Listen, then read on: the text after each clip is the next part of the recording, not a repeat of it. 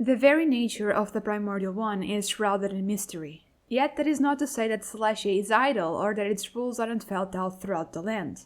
Once upon a time, wishing to test the wisdom of a young Rukkhadevata, the goddess of flowers presented her with 3 riddles, the second of which went as follows. What rises from the earth, then descends from the sky? No one has seen it, yet it sees all. As above, so below, and as at the bottom, so too the top.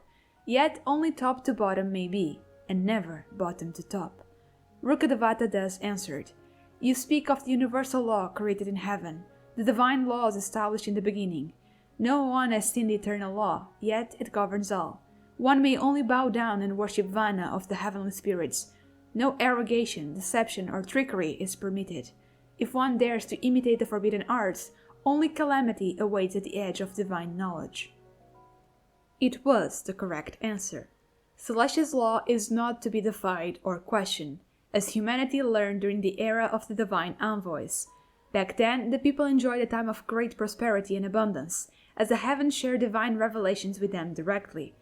Yet they could not help but wonder, would this blessing be eternal, or would there come a moment when such wonderful times would come to an end? The envoys would stay silent in this matter, for the nature of the world the Primordial One had created was cyclical.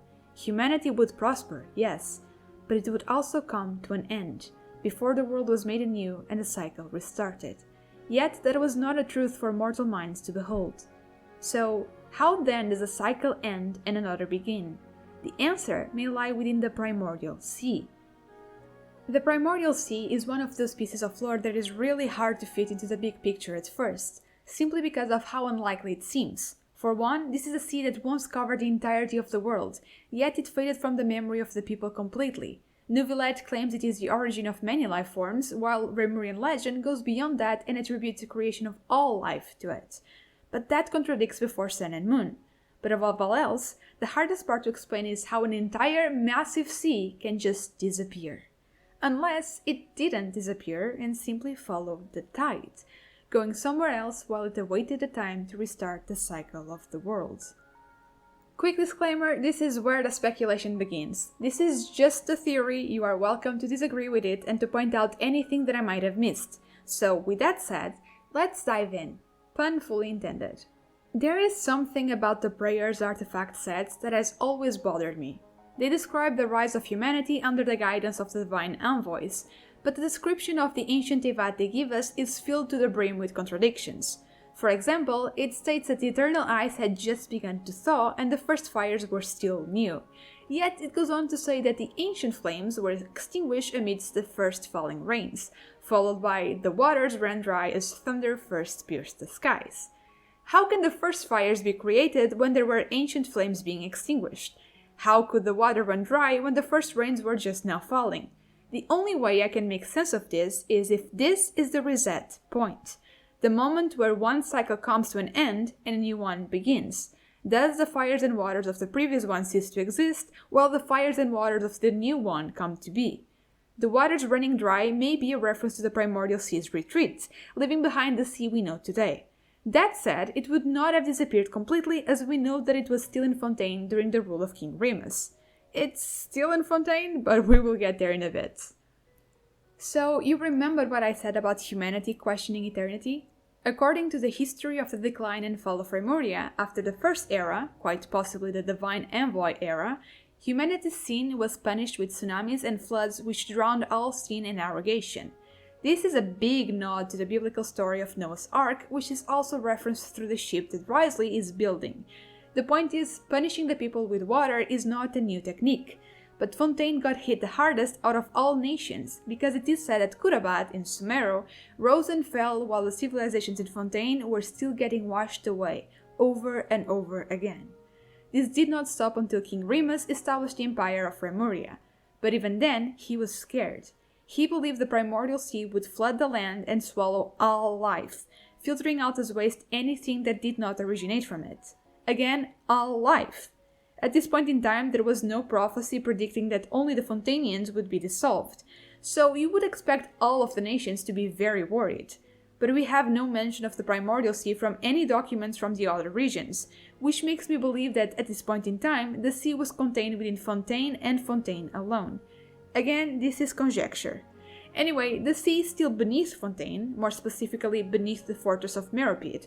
Only one problem. The fortress itself is already at the bottom of the regular sea, meaning beneath it is bedrock. Beneath the rock, we can find aquifers, which store water. That could be where the sea is being kept at bay. But I want to remind you that we are talking about a body of water so immense that in the past it covered the entirety of the planet. I'm having a hard time believing that all of it is contained beneath Fontaine. In fact, I'm having a very hard time believing that all of it is contained within Tevat. So, what if I told you that the Primordial Sea retreated into the abyss and is only now coming back? Okay, so we have two questions to answer. Number one, what evidence is there for the existence of an abyssal sea? And number two, how did it get there? The answer to the first one lies within a whale, elemental sight, and Rhine-daughter's children. For starters, Child dreamt of a whale in the depths of the sea. This by itself shouldn't mean much, but we know that he fell into the abyss and has been touched by its power ever since. We also know that he escaped the fortress of Meropide because he felt a calling at the same time his abyssal powers became restless enough to disrupt the way his vision works.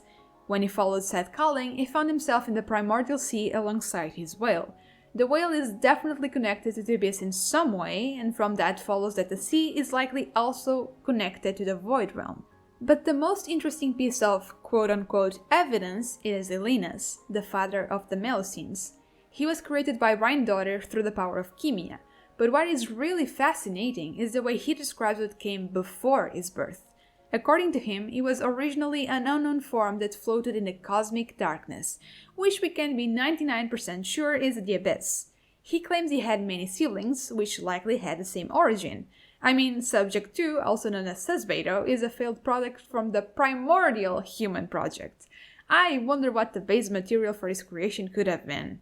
In any case, if you need more evidence that Cold's creations hail from the abyss, all you need to do is remember that the Void Realm is incredibly destructive and corruptive, even to the creatures that are born from it, though it impacts them differently. This corruption can be easily seen in Rhine-daughter's dragons, Durin and Elenas. At least I imagine Elenas might have been a dragon, we are not really sure. Both of them had a good heart, they sought only to be happy and make friends, but their view of the world was so twisted that they did not realize they only left terror and death in their wake.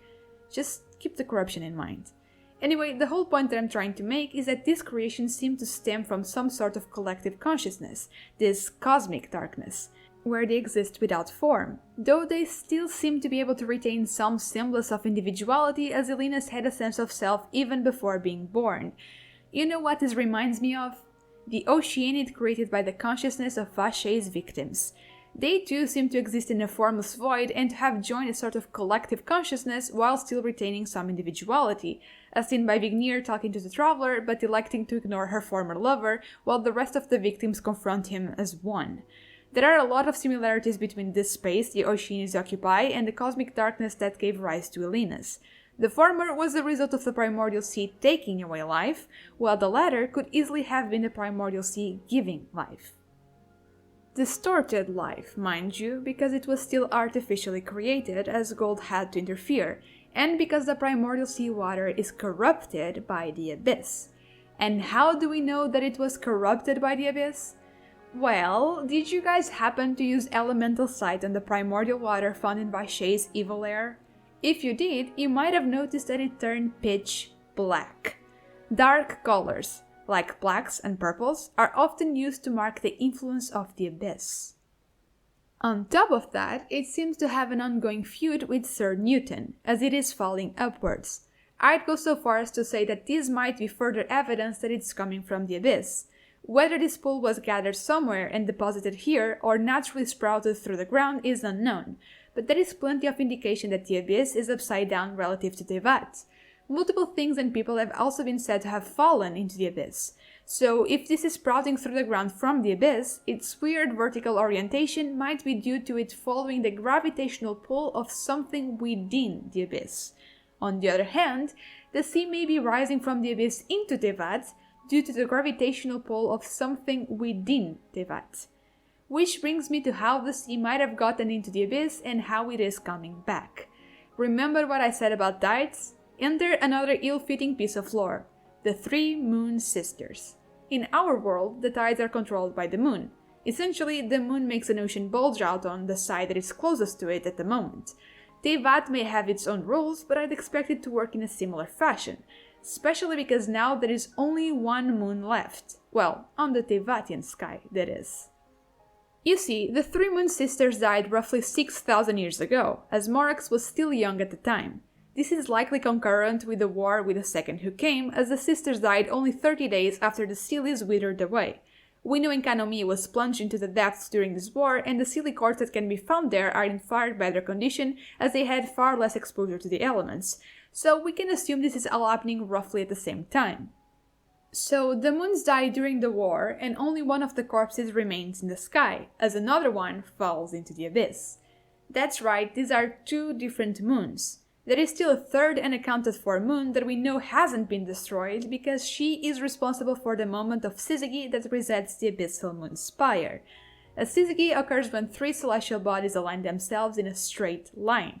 So even after their death, the moon sisters are still affecting Teyvat and the abyss.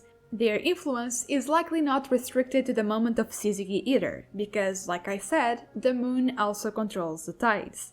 After this war draws to a close, the Divine Envoy era begins. Well, presumably, because Enkanomiya didn't really have a lot of ties with his envoys, as the only god who kept contact with them was Istaroth. This brings us to our reset point, the time described in the Prayers artifact sets where the waters dry up. It's probably at this point that the Primordial Sea begins to retreat as the result of the gravitational pull of the newly fallen abyssal moon. I know, it seems like I'm grasping at straws here. Even if the timing checks out, at the moment there is nothing to definitely link the moons to the Primordial Sea, except for the fact that they were recently given the spotlight again, in none other than Lini's teaser. At the very end, we see him hover his hand over the reflection of the Teyvatian moon on the water, followed by a shot of him holding said moon. I don't think the fact that it was reflected on the water surface was random symbolism, but it's the context that really piqued my interest. You see, just before Lini snatches the moon, he was sitting in a way that mirrored Furina while she was welcoming us to her nation in the 4.2 teaser to a T. And if you remember, the prophecy states that, after Fontaine is flooded, only Furina will be left, weeping on her throne. Lini mimicking Furina while sitting on the high ground, far away from the reach of the waters, only to snatch the moon immediately after? Yeah, that was intentional. I could even dismiss it if it was anyone else. But this is Lini. He's a Fatus. And the Fatui often know too much about the workings and hidden truths of this world. And the Primordial Sea is also no secret to them, as even back during a winter night's lasso, Totore appears to be holding a vial containing primordial water. The gradient is too sus for it to simply be normal water. There is also the references to Noah's Ark that I mentioned. According to the Genesis flood narrative, 10 generations after the creation of Adam, God was really unhappy with the state of things. He believed that the earth was rife with corruption and violence, so he decided to destroy it. Well, more like he decided to make it anew. He sent a huge deluge that returned the universe to its pre-creational watery chaos. After that was done, he remade the world through the microcosm of Noah's Ark. This should be sounding incredibly familiar to you if you've ever read Before Sun and Moon, as it states that the Primordial One uses eggshell to separate the universe from the microcosm of the world, thus creating Teyvat, which, fun fact, also means Ark. So, with this motif of things being remade after a flood meant to cleanse sin and the cyclical nature that we know this world has, it makes sense for it to be a flood that restarts a cycle / samsara, especially because we know this has happened in Fontaine at a smaller scale before. There is even an achievement that you get for playing through 4.1 that is called the Deluge. But a big question still remains. If the Primordial Sea is a device by which the world is made anew, then why does it only dissolve Fontainians? The answer? Egeria was a sinner. Original sin is a very big theme in Fontaine. In Christian belief, the original sin was committed by Adam when he ate the forbidden fruit, gaining knowledge of good and evil. For that transgression, he and Eve were kicked out of the Garden of Eden, and their children had their very nature tainted from birth, giving them a proclivity towards sinning. Thus, every human ever born is a sinner. Egeria is the one to first mention this original sin with her very first voice line. She states, "The original sin is the fairest. Everyone sinks. Make the most of the final feast, because for the sinners, the curtain call has come." However, original sin in the context of Genshin is likely not the same that is presented to us in Christian doctrine, because it was never mentioned that humanity was kicked out of Eden. Instead, the description of Prayers for Wisdom states that humanity questioned the heaven's authority by inquiring about eternity, and schemed to enter the Garden of the Gods. So, the original sin within Tevat is likely the act of questioning or trying to interfere with the cyclical eternity dictated by the Primordial One, and Egeria probably did just that. She came to the people of Fontaine after Remuria had been destroyed, uniting all of the tribes. She was not the god of love, but she was certainly a loving god. Too loving, perhaps. We are talking about someone who created spies and scattered them all over Tevat without any ulterior motives. All she wanted was for the Oceanids to seek an understanding of the diverse array of species and to love every creature. But it is believed she knew about the prophecy currently hanging over Fontaine. I can only imagine someone like her would want to stop it. And that's where her secret comes in. Egeria pardoned the criminals who begged for forgiveness, so long as they kept the secret she had hidden beneath the waves. They did, and so the Fortress of Meropid came to be, the only objective of which was to keep the Primordial Sea at bay. Neuvillette is the current Hydro Sovereign and only capable of holding back the sea for so long. It states that, had he been in possession of his full dragonhood, he might be able to do more. But none of the current sovereigns exist in full power at the moment. He claims that the first usurper, the Primordial One, stole 7 authorities from the original sovereigns. These authorities are likely the 7 Noses. As the original Hydro Archon, Egeria would have been in possession of one and would be capable of using it to drive back the sea after it began to rise, or to prevent it from rising altogether. After that, the duty of keeping the sea back would fall on the Sluice Gate, which likely required a lot of power to do so. Power that might have come from the Hydro Noses. Hence why the knave seems to believe that the chess piece is located in the Fortress of Meropid. If this is truly the Lord of Amrita's secret, we can begin to see why the Primordial Sea is out for Fontainian blood. You see, from the story of the original sin, a trope was created, the sins of the father, in which a descendant is punished for the wrongdoings of a previous generation. We have seen this in Genshin before. Sometimes a god's people are referred to as their children, like the children of Murata or Deshret, and the children often get punished alongside the parent. Think about how Deshret collected forbidden knowledge and its people paid the price. Just like Adam committed the original sin and tainted his descendants, Egeria went against the cyclical nature of eternity to buy life some time, inviting celestial wrath onto her people in the process. Perhaps it's not yet time to restart the cycle, but it may be time for some divine retribution against the people of Fontaine. But this is all just a lot of speculation. Still, I am absolutely in love with 4.1, hands down my favorite Archon quest so far, and I cannot wait to see how all of this will unravel. What about you? What are your thoughts on all of this? How are you enjoying Fontaine, and what are you most looking forward to? Anyway, my name is Blue, and I'll see you again soon. Safe journey, travelers!